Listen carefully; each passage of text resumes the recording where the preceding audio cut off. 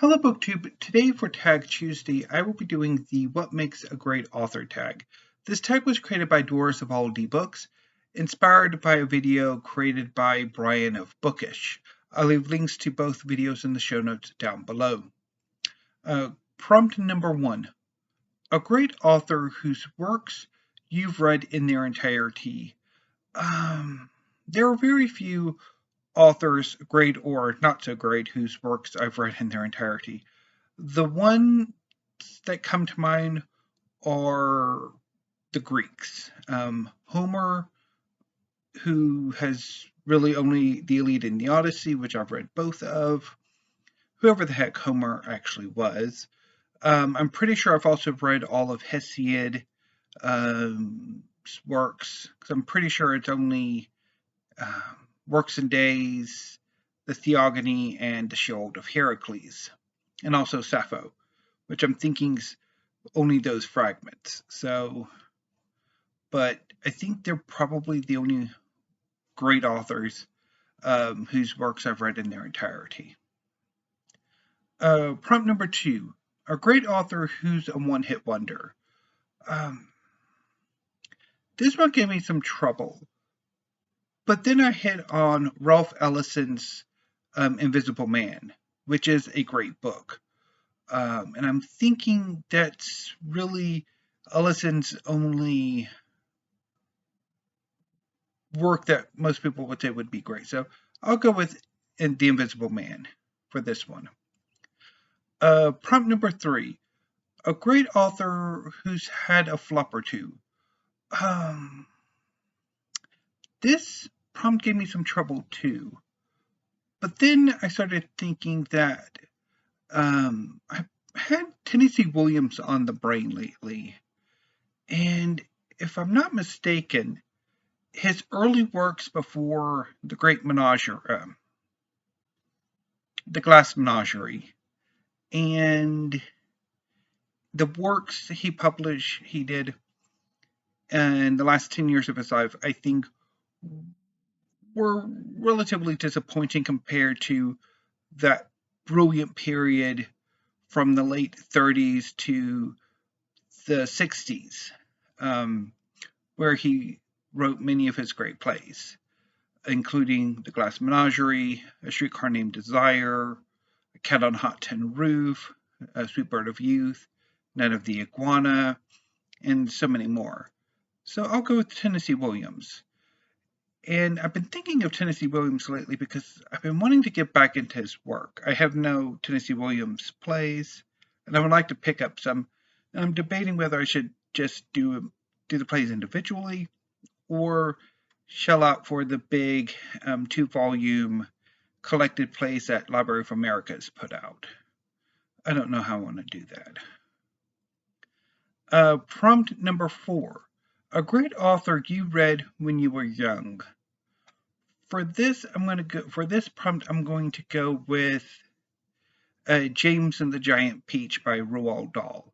I read it when I was in 4th grade, and it's really amazing. I could also go with Animal Farm by George Orwell, which I read in the 6th grade, so I was about 12 when I read it. So those two. Prompt number 5. A great author whose works are considered classics. Well, I would think most great authors' works will eventually become classics or canonical. So any author would work here. But I will go with Virginia Woolf's Mrs. Dalloway for this one. Prompt number 6. A great author with a cutting-edge novel. Even though I didn't particularly get on with it, I will go with John Barth's The Saltweed Factor. I think that one was fairly cutting edge. And I think he's had several other works that are quite cutting edge as well. Prompt number 7. A great author whose work you consider impactful.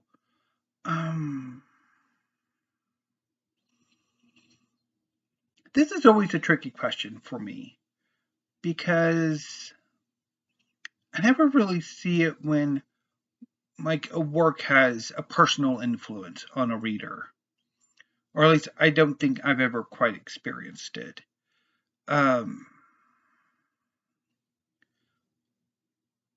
So I think I'll pass on this one. Prompt number 8. A great author of nonfiction. For this, I'm going to go with Jill Lepore. I've read a number of her works. These Truths, The Secret History of Wonder Woman, If Then, and Love Them All. And I do think she is a great writer of nonfiction. I could also go with Robert K. Massey, although I've personally never read his work. I really would like to soon, sometime this year, and there are so many more. Prompt number 9. A great author you just don't enjoy reading. Jane Austen. I read Pride and Prejudice when I was 15 and did not care for it at all. And I have had zero motivation to revisit Jane Austen since.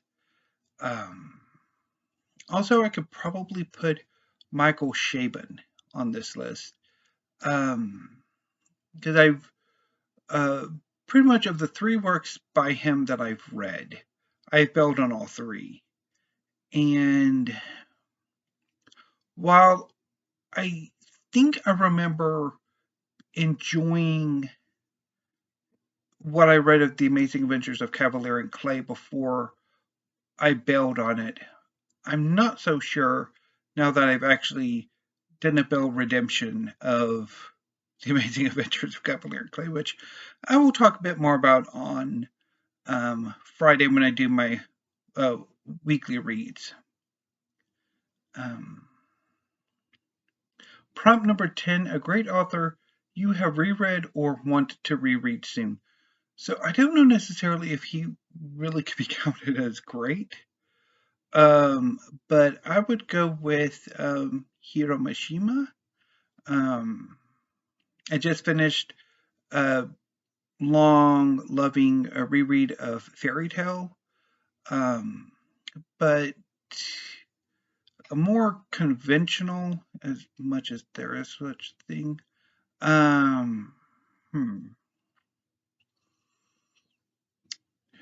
Who is it? Do you have any great authors coming up on the docket? I mean, of course, there was Michael Chabon, although I don't know if bailing counts or not.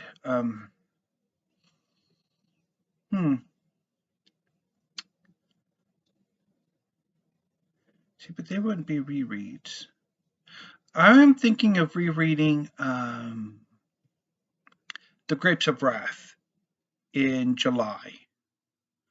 I don't know necessarily if I'll stick to that because I'm kind of realizing that I'm swamping myself with all of my reading projects, so I don't know.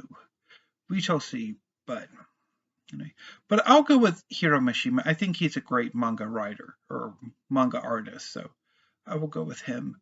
But if another, then maybe I'll get to John Steinbeck's The Grapes of Wrath in July. But anyway, that was the What Makes a Great Author tag.